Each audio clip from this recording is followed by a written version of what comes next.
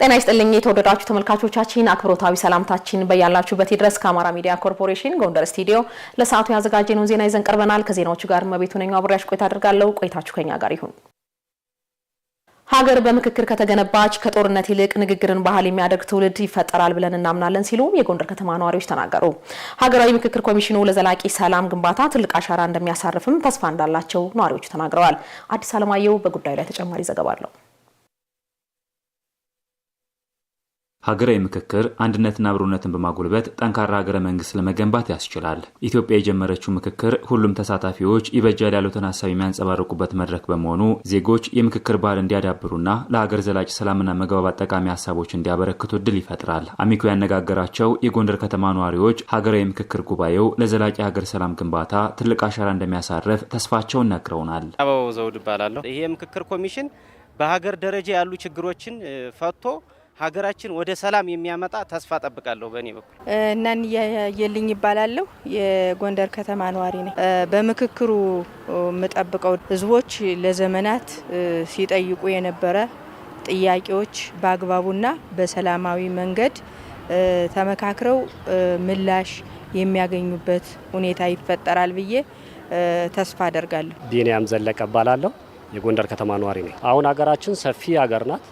ሰፊ ሀገር ሰፊ የሰው ኃይል ይዛ እየተመካከረች ነው። ሁሉም ነገር ሰላም ይሆናል ብለን እንጠብቃለን። በተለይ ህዝቡም ራሱ የምክክሩን ተቀብሎ ቢያንስ ከዚህ በፊት የነበረውን ችግርና ነውጥ አሁን ወደ ሰላም ይመጣል ብለን እናስባለን። ጥሩ ተስፋ ይዘን እየጠበቅን ነው። የምክክሩ ተሳታፊዎች ከማህበረሰቡ የተወጣጡና የሌሎችን ውክልና ወስደው እየተሳተፉ በመሆኑ ተሳታፊዎች ይዘዋቸው የሚመጡ አጀንዳዎችን መቀበል ከዜጎች የሚጠበቅ ተግባር እንደሆነም ነዋሪዎቹ አንስተዋል። በየክፍለ ከተማው ተውጣተው የሄዱ የማህበረሰብ ክፍሎች ናቸው ወክለው እኛን ወክለው እየመከሩ ያሉ። ስለዚህ እነሱ ይዘውት የሚመጡትን በጋራ የተስማሙበትን እነሱም አሁን በግልም በግሩፕም እንደ ሀገርም እየመከሩ ነው ያለ። እሱን ይዘውት የሚመጡትን በእኛ በኩል ተቀብለን ህብረተሰባችን ጋር ከአካባቢው ማህበረሰብ ጋር ሁላችንም አጀንዳቸው ይዘውት የሚመጡትን ተቀብለን የሰላም ስራዎችን መስራት፣ የልማት ስራዎችን መስራትና እንደ ሀገር አስማምቶ የሚይዘን ነገር ይዘው ስለሚመጡ ያንን ይዘን ወደ ስራ መግባት ማለት ነው። ህብረተሰቡ ወኪሎቹን ልኮ ተግባሩ እንዲፈጸም የላከ ስለሆነ እዛ ላይ የተደረሰበትን ማደማደሚያ ህብረተሰቡ ደግሞ በንቅናቄ በተሳትፎ በታላቅ ተሳትፎ አክሴፕት አድርጎ ወይም ተቀብሎ ተግባራዊ ማድረግ አለበት ብዬ አስባለሁ። ያንን መሰረት አድርጎ ከጠብ ይልቅ ሰላም ይሻላል ብሎ ሙሉ በሙሉ መቀበል መቻል አለበት። በሰላም ወጥተን እንድንገባና ስራችን መስራት እንድንችል ማህበረሰቡ በሙሉ ልብ ተቀብሎ ጥያቄውን አሁን የሚመካከሩት መድረክ ስለሚያቀርቡት ቢያንስ ህዝቡ በሰላም መቀበል መቻል አለበት ብዬ አምናለሁ። በምክክር ኮሚሽን ዘላቂ ሰላምን የገነቡ ሀገራት መኖራቸውን ያስታወሱት ነዋሪዎቹ ኢትዮጵያም ከሀገራቱ ልምድ በመቅሰምና የራሷን በጎ ባህልን በመጠቀም ለተሻለች ሀገር ምክክር እየተካሄደ መሆኑን አንስተዋል። ሀገር በምክክር ከተገነባች ትውልዱ ከጦርነት ይልቅ ንግግርን ባህል እንዲያደርግ ያግዛል። ለትውልዱ ከዚህ በፊት የነበረውን ችግር የሚቀርፍ አስተሳሰባችን አንድ አድርገን ቢያንስ ትውልዱ ከዚህ በፊት የነበረውን ችግር እንዳያይ የሚያደርግበት አሳሰብ ያመጣል ብዬ አምናለሁ። ከምክክሩ ለቀጣይ ትውልድ ከጦርነት መውጣት፣ በሰላም ተነጋግሮ ችግሮቹን መፍታት እና እየተነጋገርነ ችግሮችን በፈታነ ቁጥር ደግሞ ህብረተሰቡ የሚፈልገውን ነገር ማግኘት ይችላል። በጦርነት የሚለው ነገር እየቀረ ወጣቶቻችን ከዚህ በኋላ የሚመጡ ትውልዶች ደግሞ ሰላምን እየሰበኩ በሰላማዊ መንገድ የሚኖርበት መንገድ ይመቻቻል ብዬ አስባለሁ። ምክክሩ አሁን የሆነ ክልል ሳይሆን ኢትዮጵያ እንደ ኢትዮጵያ ነው እየመከረች ያለችው። ስለዚህ ከግጭት ምንም ነገር አይገኝም። ምንም ይሁን ምን የመጨረሻው ሄዶ ሰላም ነውና ይህችን የመሰለች ሀገር ይዘን ወደ ሰላም የሚያመጣ ምክክር ካደረግን የተሻለ ነገር ጠብቃለሁ ብዬ አስባለሁ። የምክክር ጉባኤ የያዘው ውጥን ፍሬ እንዲያፈራ ሁሉም የበኩል ሊወጣ እንደሚገባም ተመላክቷል። በማዕከላዊ ጎንደር ዞን ጭልጋ ወረዳ በተያዘው በጀት ዓመት የአረንጓዴ አሻራ መርሃ ግብር ከ10 ሚሊዮን በላይ ችግኞች ዝግጁ ሆነው እየተተከሉ እንደሚገኙ የጭልጋ ወረዳ ግብርና ጽሕፈት ቤት አስታወቀ። በየዓመቱ የሚተከሉ ችግኞች ኢኮኖሚያዊ ጠቀሜታ እያስገኙላቸው መሆኑን በችግኝ ተከላ ወቅት ሲሳተፉ ያገኘናቸው ሴቶች ተናግረዋል። መሰረት ባዬ ተጨማሪ ይዛለች። በኢትዮጵያ በየዓመቱ ተግባራዊ እየተደረገ የሚገኘው የአረንጓዴ አሻራ መርሃ ግብር አካባቢን በመንከባከብ የደን ሽፋንን ከፍ ለማድረግ የአየር ንብረት ለውጥ የሚያስከትላቸውን ጉዳቶች ለመቋቋምና ኢኮኖሚያዊ ጥቅም ለማስገኘት የጎላ ሚናን እየተጫወተ ይገኛል። በጭልጋ ወረዳ በተያዘው በጀት ዓመት የአረንጓዴ አሻራ መርሃ ግብር ከ10 ሚሊዮን በላይ ችግኞች ለተከላ ዝግጁ ሆነው እየተተከሉ እንደሚገኙ የጭልጋ ወረዳ ግብርና ጽሕፈት ቤት ኃላፊ አቶ መኳንንት ታረቀኝ ነግረውናል። በአካባቢው ኢኮኖሚያዊ ጠቀሜታ ላላቸው ተክሎች ትኩረት መሰጠቱንም ገልጸዋል። በዚህ ዓመት 11 ሚሊዮን ችግኝ አዘጋጅተናል። ከዚህ ከ11 ሚሊዮን ችግኝ ደግሞ ሊተከል የሚችለው ብክነት ተቀንሶለት 10.26 ሚሊዮን ችግኝ ለተከላ ዝግጁ ሆኗል። እስካሁን 7.2 ሚሊዮን ችግኝ ተክለናል።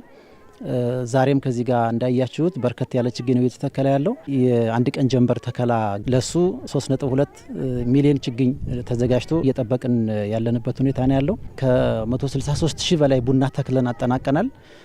107 ሺህ የሚሆን የፍራፍሬ ችግኝ ተክለን እያጠናቀቅን ያለንበት ሁኔታ ነው ያለው። በወረዳው በተለያዩ አደረጃጀቶች አረንጓዴ አሻራ መርሃ ግብር እየተከናወነ መሆኑ የተገለጸ ሲሆን በሴቶች ብቻ በተከናወነው የተከላ መርሃ ግብር ላይ የተገኙ ሴቶች የተግባሩን አስፈላጊነት ተረድተው እየተሳተፉ መሆኑን ተናግረዋል። ውጤታማነቱንም እንዲህ ይገልጻሉ።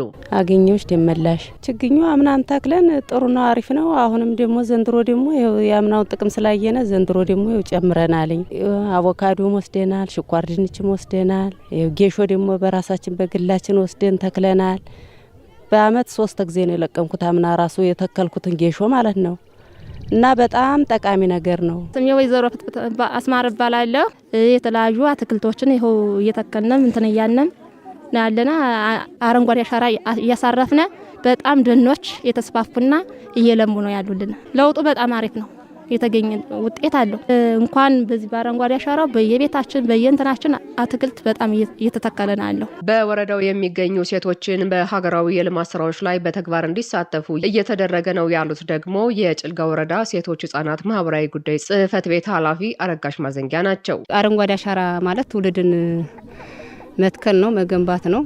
ስለዚህ በአረንጓዴ አሻራ ደግሞ የሴቶችን ተዋናኝነትና የሴቶችን ሚና ከፍ ለማድረግ ስፔሻሊ ደግሞ ለእንክብካቤም ለሁሉም ነገር የሴቶች ሚና ከፍተኛ ከመሆኑ አኳያ አጠቃላይ ከቀበሌ እስከ ወረዳ ድረስ ያሉ የሴቶችን አጠቃላይ የአረንጓዴ አሻራቸውን ወይም ትውልድ መትከላቸውን በተግባር የሚያሳዩበት ቀን ብለን የወሰንበት ቀን ነው። የተተከሉ ችግኞች ለውጤት እንዲበቁ የሚደረገው ሂደት በባለሙያ እንደሚመራም የግብርና ጽሕፈት ቤት ኃላፊው አስረድተዋል። ችግኝ የሚተከለው በመጀመሪያ ደረጃ በግለሰብ ደረጃ ይተከላል፣ በወል መሬት ይተከላል፣ በማህበረሰብ ደረጃ ይተከላል፣ በተቋማት ይተከላል። በተለይ በግለሰብ ደረጃ የሚተከሉ ችግኞች የሚንከባከባቸው ግለሰቡ ነው። በወል መሬት፣ በተቋማት ደግሞ ማህበረሰቡ በጋራ የሚንከባከባቸው ነው የሚሆነው። ይህን መሰረት በማድረግ ችግኝ እንዴት መዘጋጀት እንዳለበት፣ ችግኝ እንዴት መተከል እንዳለበት፣ ችግኝ እንዴት መጽደቅ እንዳለበት፣ እንዴት ምርት መስጠት እንዳለበት አጠቃላይ እንክብካቤውን ደግሞ ከቀበሌ እስከ ወረዳ ያለው የግብርና ባለሙያ ፓኬጁን መሰረት አድርጎ ሙሉ ድጋፍ የሚሰጥበት ሁኔታ ስላለ በዚህ መንገድ ነው ክትትል የምናደርገው ማለት ነው። የአረንጓዴ አሻራ መርሃ ግብር ለቀጣዩ ትውልድ ንጹህ አየር፣ የለመለመ መሬትና የተሻለ ኢኮኖሚያዊ መሰረት ለማስረከብ የተጀመረ ታሪካዊ ሀገራዊ እርምጃ ነው። የበጎ ፍቃድ አገልግሎት አቅም የሌላቸው ወገኖችን ከመደገፍ ባለፈ በነዋሪዎቹ መካከል የእርስ በርስ መረዳዳት ባህልን ለማዳበር እንደሚያግዝ በሰሜን ጎንደር ዞን ዳባት ከተማ በጎ ፍቃደኛ ወጣቶች ተናገሩ። የዞኑ ሴቶች ወጣቶችና ማህበራዊ ጉዳይ መምሪያ በጎነት ለኢትዮጵያ ከፍታ በሚል መሪ ሀሳብ ከ220 ሺህ በላይ በጎ ፍቃደኛ ወጣቶችን በማሳተፍ የተለያዩ ስራዎችን እያከናወኑ መሆኑም ተገልጿል። የወረዳው ኮሚኒኬሽን መረጃ ነው። ማርታ አዱኛ እንደሚከተለው ታቀርበዋለች። ወይዘሮ ዘባደር መንግስቱ በሰሜን ጎንደር ዞን ዳባት ከተማ ነዋሪ ናቸው። በበጎ ፈቃደኛ ወጣቶች የአይነት ድጋፍ ስለተደረገላቸው ምስጋና አቅርበዋል። ይህም ችግራቸው እንደሚቀርፍላቸው ተናግረዋል። በጣም ነው የማመሰግነው። ዘይቱም ተሰጥተናል፣ አስቤዛም ተሰጥተናል፣ ምግብም በልተናል። ለሚመጣው ደግሞ ለቀጣዩ ደግሞ እኛ ረዳት የለንም፣ እንዳትረሱን በየቀኑ ደግፉን ነው የሚለው። በቤት እድሳትና በተለያዩ በጎ ተግባራት ሲሳተፉ ያገኘናቸው ወጣት ብሩክ ሰጠኝና ማናሌ ሞገስ ለአቅመ ደካሞች በፈቃደኝነት የተለያዩ ተግባራትን በማከናወናቸው የህሊና እርካታ እንዳገኙ ገልጸዋል። ለወገን ደራሽ ወገን መሆኑ የሚታይበትና ሰብአዊነት የሚገለጽበት ተግባር መሆኑንም አንስተዋል። የአቅመ ደካማ ቤቶችን በመጠገን እንዲሁም አዲስ ቤቶችን በመስራት ችግኝ ተከላ ላይ ተሳትፎ አድርገናል። አቅመ ደካማ ጧሪ ደጋፊ የሌላቸውን ሰዎች የምግብ እርዳታ አድርገናል። በጎ አድራጎት መስራት በጣም ትልቅ እርካታ አለው፣ ደስታ አለው። ከ150 በላይ ልብስ አሰባስበናል። እስክርቢቶም ደፍተሩም ለህፃናቶች ለሌላቸው ለነሱም ብር ባሰባሰብ ነው ለነሱ አበርክተናል። አረጋዊ ምንም ነገር ለሌላቸው ለነሱ ዱቄት ምናምን እያሰባሰብን እስካሁን እንደዛ ያደረግን ለነሱ እየረከን ነው። በከተማ አስተዳደሩ የክረምት የበጎ ፈቃድ አገልግሎት ሰው ተኮር ተግባራት መከናወናቸውን የገለጹት የሰሜን ጎንደር ዞን ሴቶች ወጣቶችና ማህበራዊ ጉዳይ መምሪያ ኃላፊ ወይዘሮ ባንቻ አምላክ መልካሙ ከ600 ሺህ በላይ የህብረተሰብ ክፍሎችን ተጠቃሚ ለማድረግ እየተሰራ ነው ብለዋል። በርካታ ሰው ተኮር የሆኑ ከፓርቲያችን ኢኒሼቲቭ የሚመነጩ በርካታ ስራዎች ተሰርተዋል። በተለይ ደግሞ አቅመ ደካማ እና ጧሪ ቀባሪ የሌላቸው አረጋውያንን ቤት ከመስራት ከመጠገን ባለፈ የተለያዩ የእህል ድጋፎችን የአልባሳት ድጋፎችን አሰባስቦ ድጋፍ የማድረግ ስራ ተሰርቷል።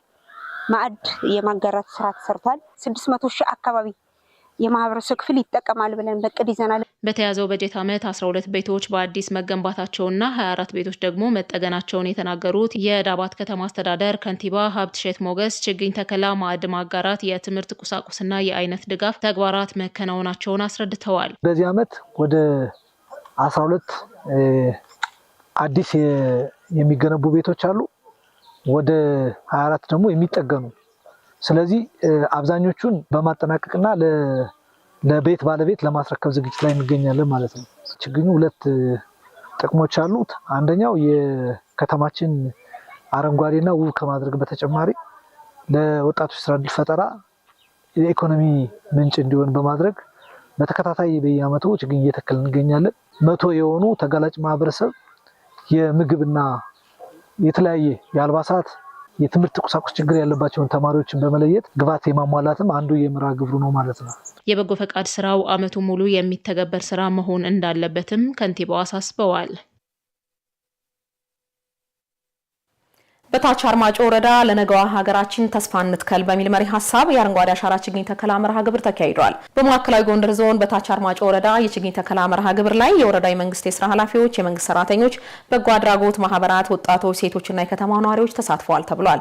የታች አርማጮ ወረዳ ተወካይ ዋና አስተዳዳሪና የትምህርት ጽሕፈት ቤት ኃላፊ አቶ አንጋው መጣለም የተተከሉ ችግኞች ለአካባቢው ስነ ምህዳር መሻሻልና ለደን ሽፋን ማደግ ከፍተኛ አስተዋጽኦ እንዳላቸውም ተናግረዋል።